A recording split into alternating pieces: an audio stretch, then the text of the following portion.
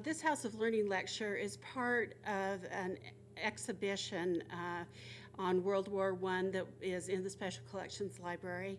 We invite you to go and look through that after Robert delivers his remarks, which will give you a different perspective perhaps as you go through. I asked Robert to give me a little bit of an introduction for him, and this is what he told me.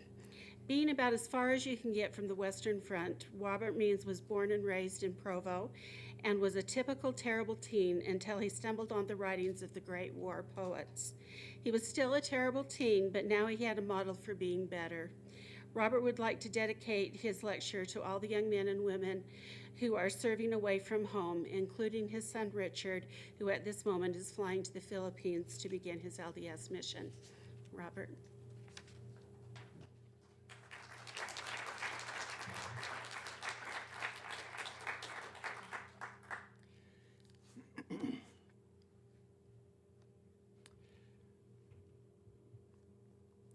I'm grateful to the House of Learning Lecture Series for inviting me to speak on a subject that preoccupies me every autumn. As the poet Vernon Scannell has written, whenever war is spoken of, I find the war that was called great invades the mind. The gray militia marches over land, a darker mood of gray where fractured tree trunks stand and shells exploding open sudden fans of smoke and earth. Blind murders sigh the deathscape where the iron brambles writhe. The sky at night is honored with rosettes of fire, flares that define the corpses on the wire as terror ticks on wrists at 0 hour. Strange nostalgia. Indelible images from a war that Scannell muses took place 4 years before he was born. Images which have become iconic for their world of sepia November. It was almost 96 years ago that World War I, the Great War, the war to end all wars, ended, at least officially. It all began in the golden summer of 1914, and it could be said, started almost as a family squabble. When one of Queen Victoria's grandsons, Henry V, sat on the throne in Britain, while another grandson, Willie, Kaiser Wilhelm II, ruled Germany, and Willie's cousin Nicky was Tsar Nicholas II of Russia. The spark flashed in Sarajevo, Bosnia, when on June 28, 1914, the Austrian Archduke Franz Ferdinand and his wife were assassinated by a supporter of Bosnian independence. Determined to punish the Serbs, Austria declared war. Russia stepped in to side with the Serbs, Germany backed up Austria, France came to the aid of its ally Russia, and in invading France, Germany marched through neutral Belgium, which brought in Belgium's ally, Great Britain. Within a month, all of Europe was at war. A war that, in spite of the saber rattling, no one was really prepared for. But the war lasted 4 long years and cost the lives of some 10 million men on both sides. And then on the 11th day of the 11th month, at the 11th hour of the day, for it seems that everything about the First World War was staged and theatrical, the war ended on cue. The survivors stopped firing, got up out of their trenches, and walked home. Can you imagine that kind of thing happening today with any one of our many not-so-great wars? Also, as an aside, there is a curious Utah connection, even a Mormon connection with the start of the Great War. The pistol used by Gavrilo Princip to assassinate the Archduke and his wife was an FN Browning Model 1910, designed by John Moses Browning of Ogden, Utah, one of the most prolific firearms designers in history. John's father had been the gunsmith at Nauvoo, crossed the plains with the Mormon pioneers, and settled in Ogden, where John was born in 1855. John Browning's legendary Model 1911, the famous .45 Auto, was used by U.S. forces in the Great War, and the Second, and Korea, and Vietnam. And you can see a copy of one in the Special Collections exhibit just across the way, on loan from the Browning Company, which still does a worldwide business from Morgan, Utah, just outside Ogden. But I digress. I was saying that at 11 a.m. on November 11th, 1918, on cue, the combatants stopped firing, climbed up out of their trenches, and headed home. But they went home to a different world than the one they'd left in 1914. Franz Joseph, Emperor of Austria-Hungary, was dead, and the Habsburg Empire had effectively ended, and the Austro-Hungarian Empire was soon to be dismantled. In Russia, the 300-year-old Romanov dynasty had ended, Tsar Nicholas II was dead, and Vladimir Lenin and the Bolsheviks were in power. Kaiser Wilhelm II of Germany had abdicated to Holland, ending the reign of the Kaisers and leaving Germany in a state of near collapse. Meanwhile, one German soldier who was recovering from being gassed, a corporal named Adolf Hitler, seethed with anger over the German surrender, convinced that the army had not lost the war, but had been sold out by the politicians back home. Great Britain and France, the victors, but having lost nearly 1 million and 1.5 million men, respectively, were exhausted and all but bankrupt. And the United States had become the new world superpower. So the end of the war to end all wars was really only the beginning. Many predicted that the harsh terms of the Treaty of Versailles in 1919 and the crushing war reparations against a destitute Germany would certainly result in another war sometime in the near future. And 20 years later, Adolf Hitler proved that he could make good his own version of the Schlieffen Plan and win on the Western Front in 1939-40 the way it should have happened for Germany in 1914. Besides Adolf Hitler, many of the leaders in the Second World War had been combatants in the First, and their experiences in that war influenced the way they fought the Second World War. The list includes Winston Churchill, Charles de Gaulle, George S. Patton, Douglas MacArthur, and Harry Truman. In retrospect, some historians see the Great War as being the 20th century's 30 years war, lasting from 1914 until the end of the Second World War in 1945. Or, if one considers that the Great War gave birth to the Soviet Union, then the war lasts even longer, 75 years, through hot and cold wars and police actions until the fall of European communism in 1989. In the United States, we really don't think much about the First World War, perhaps only as a prelude to the Second. The European losses of the Great War were so overwhelming that the numbers have swallowed up the American casualties, which still were over 50,000 men killed in just the last 6 months of the war, which is about the same number of men we lost in Vietnam over 12 years. And in the U.S., November 11th has become Veterans Day, a day to commemorate the sacrifices of all our veterans. But in Europe, it's a different story. November 11th is still Armistice Day, the day to remember the fallen of the Great War. In his memoirs, Siegfried Sassoon refers to the First World War as simply the war, with a capital W. For him and for many others who had been in it, there could be no other war. Literarily, the men of Sassoon's generation were well prepared to make a gallant sacrifice on the field of battle. They'd been raised on Tennyson's Charge of the Light Brigade and A.E. Housman's A Shropshire Lad, with its bittersweet lyrical poems replete with handsome, young, doomed athletes and soldiers. And if the mystique of dying young wasn't enough, there were stolid Victorians like Sir Henry Newbolt to remind one of one's sportsmanlike duty to one's school, as in Vitae Lampada, they pass on the torch of life. The voice of a schoolboy rallies the ranks.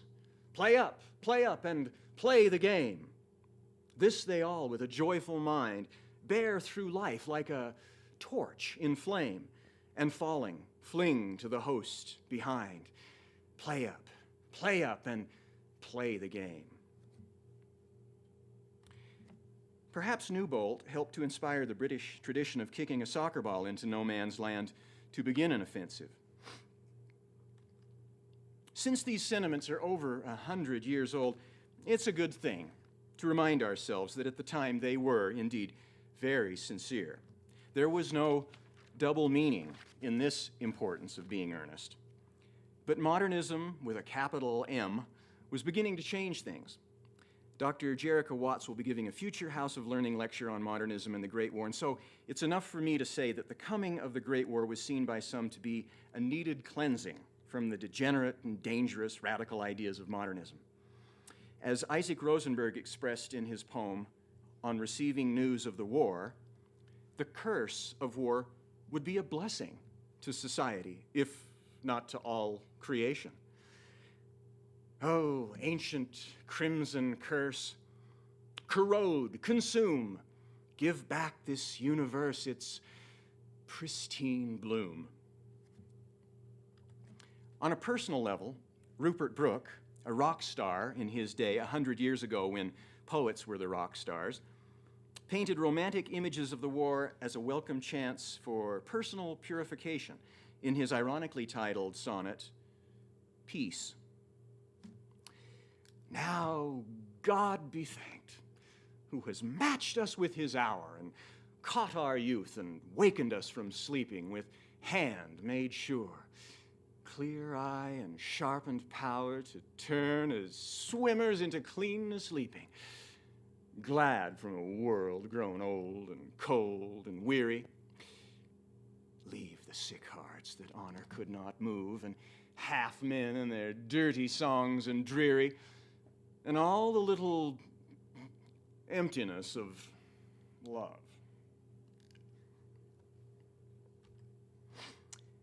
But the Great War would come to boast some of its own charming modernist firsts, new arts of war that today we take for granted, that are almost common, even cliché, such as first use of poison gas, flamethrowers, aerial bombardment, submarine warfare, which brought the United States into the war, use of tanks, and widespread use of machine guns and barbed wire. And yet, the war was also very medieval in its fixed position siege mentality, use of elaborate trenches, tunnels, mining and counter-mining, and the reappearance of metal helmets, something we take for granted today, breastplates for snipers, and chainmail for tankers. Critic Paul Fussell, a combat-wounded U.S. infantryman in World War II, who really began the scholarly reflection on the war 40 years ago in his seminal work, The Great War in Modern Memory, concludes that without the Great War's stereotypes, the walrus, mustachioed, blustering army officer, and the irreverent black humor of the enlisted men, there would have been no Monty Python 2 or 3 generations later. And I might add, certainly no Blackadder Goes Forth a generation after that.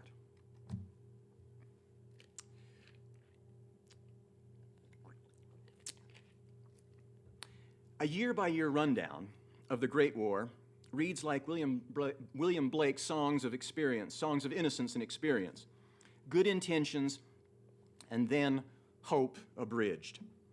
As Philip Larkin laments in his poem, 1914, never such innocence, never before or since, never such innocence again.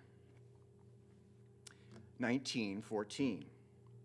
1914 saw the large sweeping battles of maneuver before the German advance was stopped outside Paris and the war settled into stalemate in trenches that ran from the Swiss border to the Belgian coast, almost 500 miles long.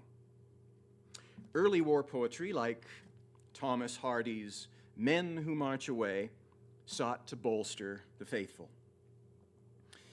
In our heart of hearts believing, victory crowns the just, and that braggarts must surely bite the dust, press we to the field ungrieving. In our heart of hearts believing, victory crowns the just. While Rupert Brooke's sonnet, The Soldier, promised an English heaven to those of her sons who fell on the field of battle. If I should die, think only this of me, that there's some corner of a foreign field that is forever England. There shall be in that rich earth a richer dust concealed, a dust whom England bore, shaped, gave once her flowers to love, her ways to roam, a body of England's breathing English air, washed by the rivers, blessed by sons of home. But young Englishmen like William Noel Hodgson needed no convincing.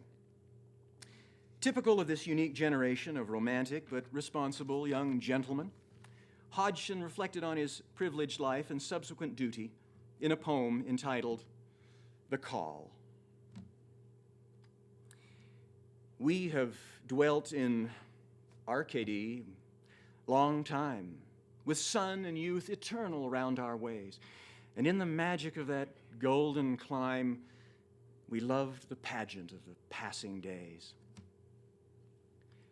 And when the summons in our ears was shrill, unshaken in our trust we rose, and then, flung but a backward glance, and carefree still, went strongly forth to do the work of men.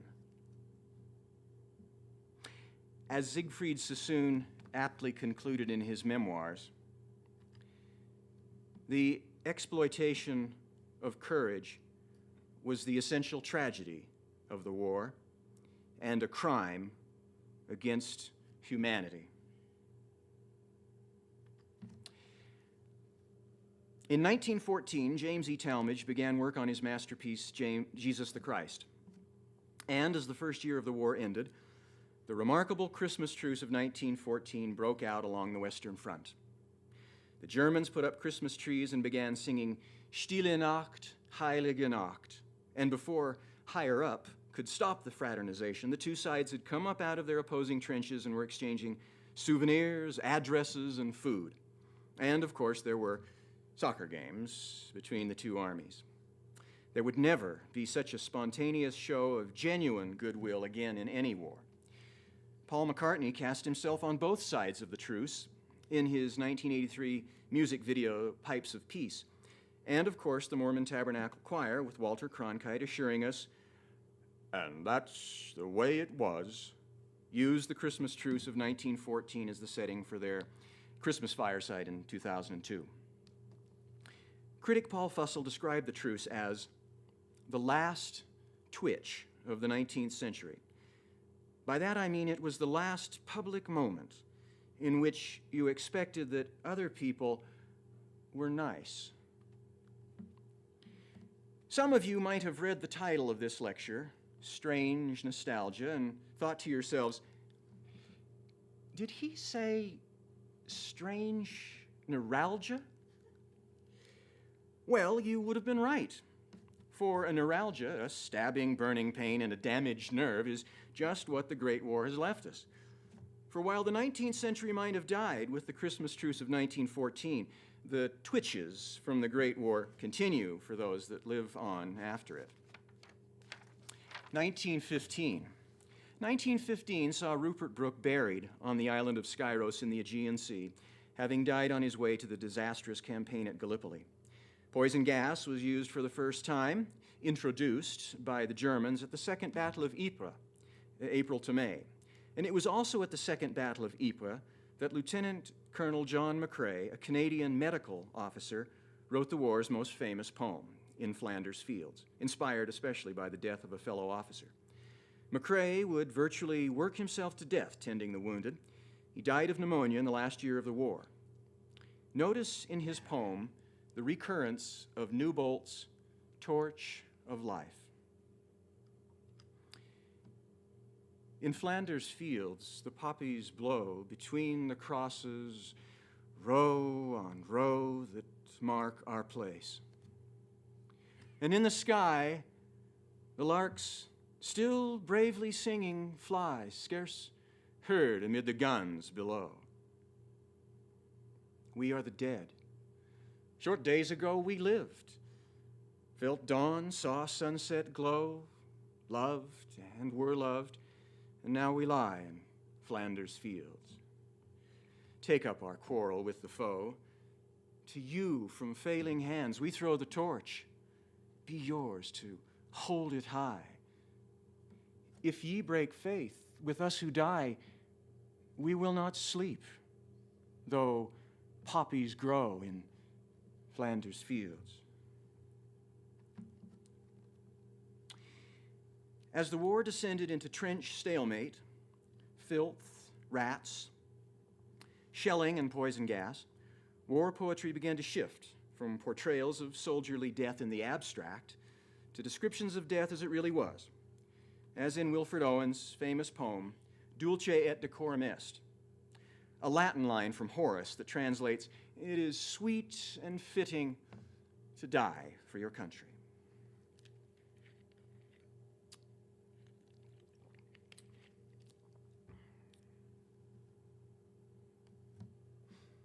Gas. Gas! Quick, boys! An ecstasy of fumbling, fitting the clumsy helmets just in time. But someone still was yelling out and stumbling and floundering like a man in fire or lime, dim through the misty panes and thick green light, as under a green sea, I saw him drowning.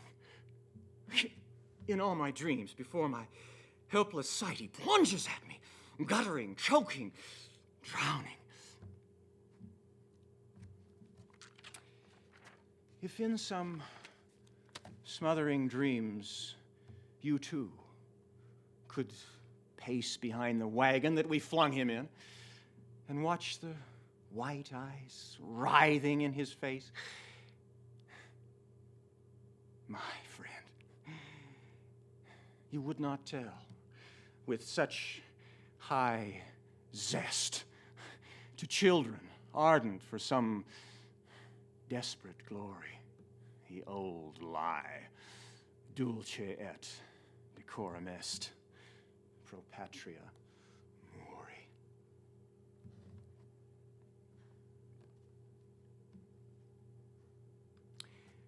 Robert Graves experienced the Battle of Loos, September to October 1915, and the first use of gas by the British. Later in the war, Graves was so severely wounded in the lungs that his commander notified his parents that he'd been killed. But for Graves, the real tragedy was that being dead meant that his pay was also terminated. He recounted the fiasco of the botched Loos gas attack in his brilliant memoir, Goodbye to All That. Graves lamented that the Battle of Loos had also cost the life of one of the finest poets to be killed in the war, a 20-year-old captain named Charles Soleil. Soleil had had no illusions about the war or his future place among the dead. When you see millions of the mouthless dead across your dreams in pale battalions go, say not soft things, as other men have said, that you'll remember, for you need not so. Say only this: they are dead. Then add thereto, yet many a better one has died before. Then, scanning all the o'ercrowded mass, should you perceive one face that you loved heretofore,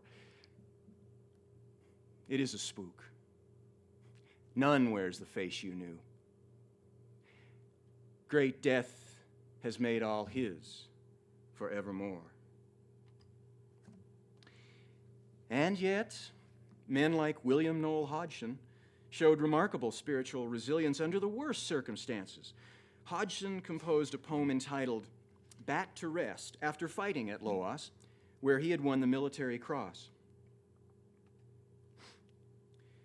We that have seen the strongest cry like a beaten child, the sanest eyes unholy, the cleanest hands defiled. We that have known the heart blood less than the lees of wine, we that have seen men broken, we know man is divine.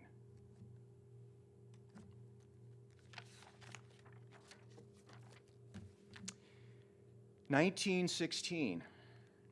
From February to December 1916, the Germans and French were locked in the Battle of Verdun, where Charles de Gaulle was wounded and taken prisoner.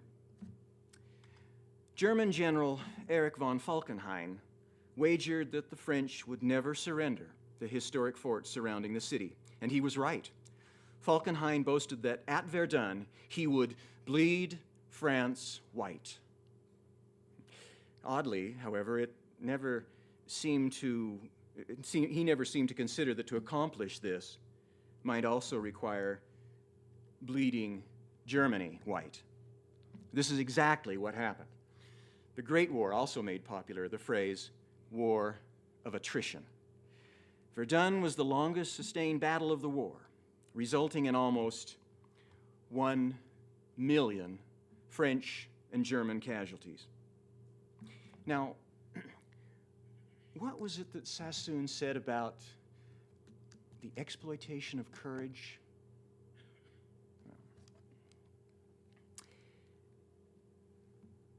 Fort Douaumont, near Verdun, has the dubious distinction of being considered the most shelled spot on Earth.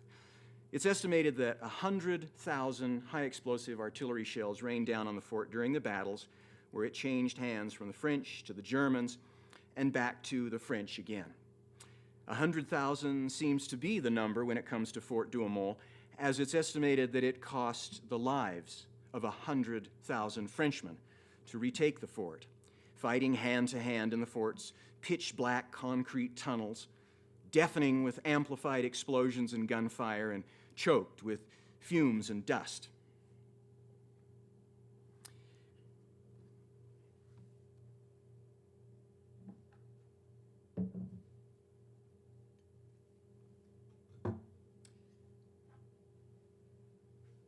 Both of Annick Uzé's grandfathers fought in the Great War. Her maternal grandfather, Leonard Wooss, a sergeant in the French army, fought at Verdun, and later fashioned a piggy bank for his daughter, Renée, Annick's mother, from one of the tens of thousands of brass shell casings left over from the many bombardments.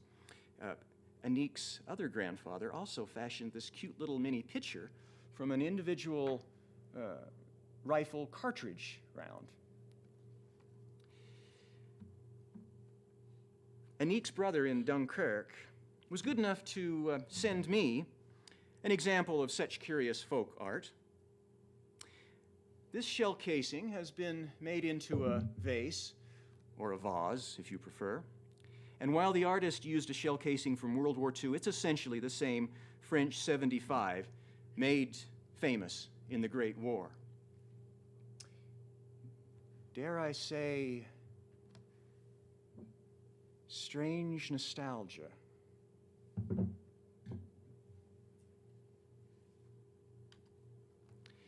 In a diversion to Verdun, the British opened the Battle of the Somme on July 1st.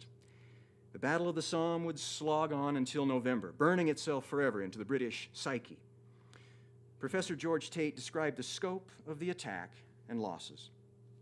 In order to give my students a sense of the British losses on the first day of the Battle of the Somme, I took them over to the BYU Stadium and read them an eyewitness account of the attack. As we looked at row upon row of the stadium, the 60,000 plus empty seats stared back at us. It takes some time just to walk by and count off 1,000. The prospect of going farther was daunting. Then, to get some idea of the length of the Somme section, we looked out toward Payson. On a 14-mile section of the overall 500-mile western front, the British suffered 60,000 casualties on a single day, July 1st, 1916. 23-year-old Devonshire Lieutenant William Noel Hodgson was killed along with his batman, his aide, on this first day of the Battle of the Somme. In his poem, Before Action, written just days before the start of the battle, which everyone knew was coming, the preliminary bombardment lasted a full week, no element of surprise here, he prepared himself for the end. I that on my familiar hill saw with uncomprehending eyes 100 of thy sunsets spill their fresh and sanguine sacrifice. Ere the sun swings his noonday sword, must say goodbye to all of this. By all delights that I shall miss, help me to die, O Lord. Alan Seeger, a kind of American Rupert Brooke serving in the French Foreign Legion, was mortally wounded at the Somme on, appropriately, July 4th, 1916. Earlier that spring, he had predicted his own death in a poem entitled, "I Have a Rendezvous with Death." I have a rendezvous with death at midnight in some flaming town when spring trips north again this year. And I, to my pledged word, am true. I shall not fail that rendezvous. E.A. McIntosh was a 23-year-old officer in the Seaforth Highlanders. He played the pipes, spoke Gaelic, and was loved by his men, who affectionately called him Tosh. On May 16, 1916, McIntosh carried wounded Private David Sutherland through 100 yards of German trenches with the Germans in hot pursuit, an act of bravery that would earn him the Military Cross. McIntosh was gassed at the Somme, and while recovering, he dedicated a poem to his beloved Scots, to the 51st Division, High Wood, July through August 1916. McIntosh himself had only another year to live. The wild war pipes were calling, our hearts were blithe and free, when we went up the valley to the death we could not see. Clear lay the wood before us in the clear summer weather, but broken, broken, broken are the sons of the heather. 1917. On April 6, 1917, the United States entered the war, but it would be another year before American troops could be assembled, trained, transported, and join the fighting in any numbers. On March 15th, Tsar Nicholas II abdicated, opening the way for the Russian Revolution in November.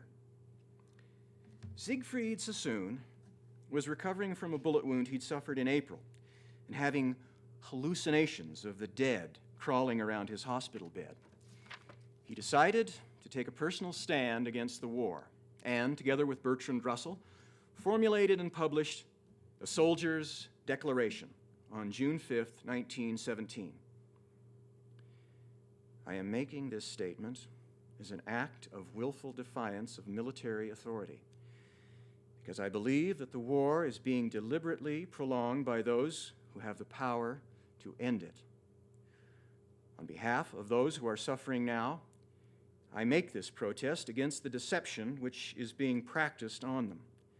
Also, I believe that it may help to destroy the callous complacence with which the majority of those at home regard the continuance of agonies which they do not share and which they have not sufficient imagination to realize. Sassoon's declaration was read out before the House of Commons on July 30th, 1917, and printed in the London Times on July 31st, coincidentally on the first day of the third Battle of Ypres, a repeat of the Somme fiasco. Being a decorated military officer, the Military Cross, and a well-known poet, one fan was former Lord of the Admiralty Winston Churchill, Sassoon had created a little problem for the authorities. Robert Graves, a fellow officer with Sassoon in the Royal Welsh Fusiliers, feared that Sassoon would be court-martialed for his protest and came to Sassoon's defense, although still recovering from the lung wound which was supposed to have killed him. In the end, a convenient medical solution to the Sassoon problem was concocted, a kind of catch-22 diagnosis. Anyone opposing the war must be mad. So Sassoon was quietly shipped off to a shell-shock hospital for rest and treatment. It was at Craig Lockhart Hospital in the summer of 1917 that Sassoon met another patient who really was suffering from shell shock, Wilfred Owen. The two poets became friends and wrote some of their best work at Craig Lockhart. For example, Sassoon's "Does It Matter?" Do they matter, those dreams from the pit? You can drink and forget and be glad, and people won't say that you're mad, for they'll know that you fought for your country, and no one will worry a bit. Sassoon suggested that Owen consider changing the title of one of his poems from Anthem for Dead Youth to Anthem for Doomed Youth. What passing bells for these who die as cattle? Only the monstrous anger of the guns, only the stuttering rifle's rapid rattle could patter out their hasty orisons. No mockeries now for them, no prayers nor bells, nor any voice of mourning, save the choirs, the shrill, demented choirs of wailing shells and bugles calling for them from sad shires. Wilfred Owen had a particular talent for observing the individual and then making the individual represent the whole, as in the parable of the old man and the young, where Abraham, representing the older generation determined to carry on the war at all costs, decides to go ahead and sacrifice Isaac, the younger generation, anyway. When lo, an angel called him out of heaven, saying, "Lay not thy hand upon the lad, neither do anything to him, thy son. Behold, caught in a thicket by its horns, a ram. Offer the ram of pride instead." But the old man would not so, but slew his son, and half the seed of Europe, one by one. Robert Graves also twisted a biblical account to fit the new reality of the war. His Goliath and David has the Philistine blocking David's stones, meeting him with his sword, and finally transforming into a German soldier. "I'm hit.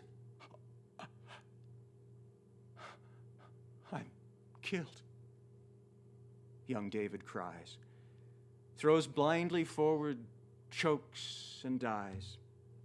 And look, spike-helmeted, gray, grim, Goliath straddles over him.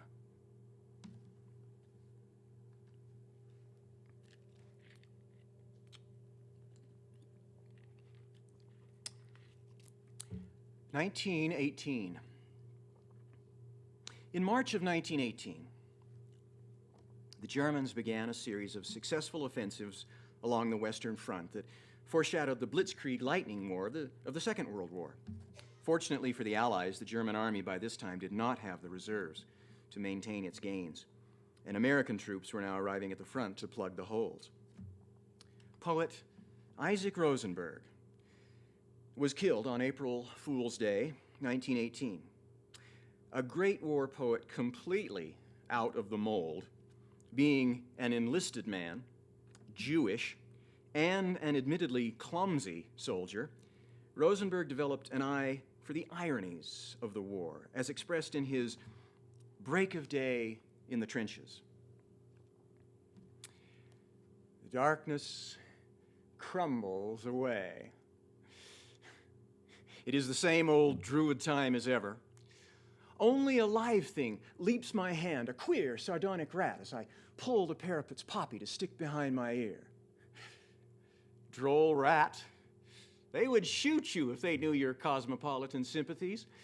Now you have touched this English hand. You will do the same to a German soon, no doubt, if it be your pleasure to cross the sleeping green between. Rosenberg also had a keen sense of the supernatural, and in his poem, Dead Man's Dump, eulogizes the soldiers of both sides, mingled in death. The wheels lurched over sprawled dead, but pained them not, though their bones crunched. Their shut mouths made no moan. They lie there, huddled, friend and foeman, man born of man and born of woman, and shells go crying over them from night till night and now. Meanwhile, those back on the home front strove valiantly to do their bit for the war effort. Vera Brittain had left her studies at Oxford to become a voluntary aid detachment nurse, Vera's fiancé, poet Roland Aubrey Leighton, was killed just before coming home on Christmas Eve, 1915. Two other close male friends of Vera's were also killed in the war, and finally her brother Edward, wounded at the Somme, was killed in June 1918. In her memoir, Testament of Youth, she wonders how she will face the emptiness of the rest of her life. I was only at the beginning of my 20s. I might have another 40, perhaps 50 years to live. The prospect seemed appalling, and I shuddered with cold and desolation. Siegfried Sassoon was not one to go on sitting out the war under the pretense of being mad. Unable to stand the thought of his men carrying on the fight without him, he gave up his protest and convinced an army medical board that he was now quite cured and ready to return to the front. Back in the line in July of 1918, Sassoon was shot in the head and invalided home. Ironically, Sassoon had been shot by one of his own sergeants, who mistook him for a German. Sassoon joked that it might have been because of his first name, Siegfried. Wilfred Owen returned to the front in September of 1918, won the Military Cross for gallantry in October, and was killed while leading his men on November 4th, just 1 week before the armistice. And in a final act of Great War cruel irony, the bells were pealing in celebration of the 11 a.m. armistice when the letter arrived, informing Owen's parents that he'd been killed. Owen was only 25. I am the enemy you killed, my friend. I knew you in this dark, for so you frowned yesterday through me as you jabbed and killed. I parried, but my hands were loath and cold. Let us sleep now. Just as the war was ending, the influenza epidemic of 1918-1919 was beginning. One of the worst epidemics in history. It would take the lives of at least as many as had been killed in the Great War. Some reckon it to be twice. I recommend to you studies by BYU professors George Tate and Richard Bennett that consider D&C Section 138, President Joseph F. Smith's Redemption of the Dead, received just a month before the armistice, against the background of the suffering of the Great War, the influenza epidemic, and President Smith's own personal sorrows. Siegfried Sassoon compared the collective elation at the armistice to a chorus and to the freedom of uncaged birds in his poem, Everyone Sang. Everyone suddenly burst out singing, and I was filled with such delight as prison birds must find in freedom, winging wildly across the white orchards and dark green fields, on and out of sight. But Robert Graves lamented that Sassoon's everybody did not include me. In Goodbye to All That, Graves recalled that the news of the armistice sent me out walking alone along the dike above the marshes, cursing and sobbing and thinking of the dead. The soldiers who had experienced the war would never be the same again, and no one would understand what made them different except another soldier who had also served under fire. The stress of leadership forged lasting bonds that spanned age, background, class, and rank. This was so for Herbert Reed, a captain in his early 20s who won the Military Cross and lamented the inevitable loss of such camaraderie in his poem, My Company. You became, in many acts and quiet observances, a body and a soul, entire. I cannot tell what time your life became mine, but I know that someday I'll stand in the loneliest wilderness. Someday my heart will cry for the soul that has been, but that now is scattered with the wind, deceased and devoid.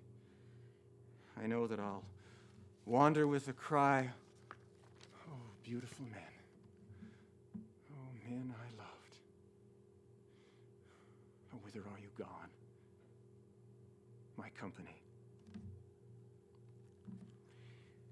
A year after the armistice, Sassoon, in a poem entitled Aftermath, reminded his generation and us that it would be all too easy to forget, or perhaps return to the easy analogy of sport of Newbolt's day. Have you forgotten yet? For the world's events have rumbled on since those gag days, like traffic checked while at the crossing of city ways. And the haunted gap in your mind is filled with thoughts that flow like clouds in the lit heaven of life. And you're a man, reprieved to go, taking your peaceful share of time with joy to spare. But the past is just the same, and war's a bloody game. Have you forgotten yet? Look down and swear by the slain of the war that you'll never forget.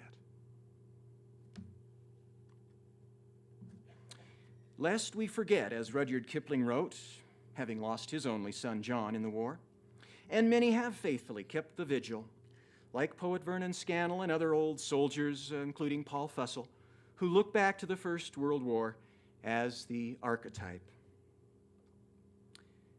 And now, whenever the November sky quivers with a bugle's hoarse, sweet cry, the reason darkens. In its evening gleam, crosses and flares, tormented wire, gray earth splattered with crimson flowers, and I remember not the war I fought in, but the one called Great, which ended in a sepia November, 4 years before my birth.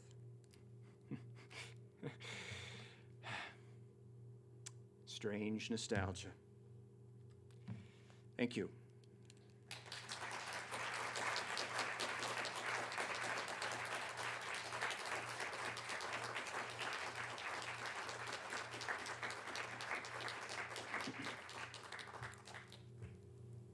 I heard you say that Flanders Field is perhaps one of the most popular. Is Flanders Field one of those poems that people seem to add on to? Like, I know of actually a person who did that because, of course, World War II was over some of the same area, and this, he's not a real author, but he created a piece that kind of compared World War I in Flanders Field and World War II Flanders Field. And I've actually encouraged him he should do a third one so that when all wars are over, then that one would be the final peaceful Flanders Field one. But is that the case with the poem? Yeah, that poem especially was copied and imitated many times. Reverently, respectfully, honorably so, by many people, because poetry was the medium of the time. That's how you expressed yourself, and that was how people occupied their time, and like crossword puzzles almost. And so lots of people, many people, wrote similar poems, and it was also politely parodied, meaning what I mean is that people wrote poems that that tried to answer it, that tried to show that they had kept the faith and that they had been faithful and that they had been victorious and that the soldiers could now sleep. That of all the poems, I think, is the example of the one that was copied, parodied the most. Is there also a Canadian connection because of the poppies? Well, I don't know. Oh, okay. He seemed to indicate it was, and he's a Canadian. So, okay. Thanks for the question. Any others?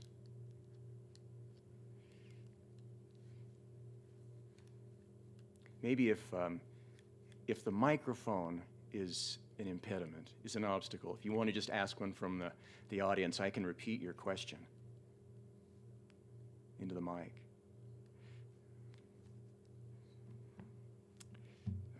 There are many stories out there, too many to tell, and I appreciate you listening to this condensed, very condensed version of the war and some of its literature and some of its interesting characters.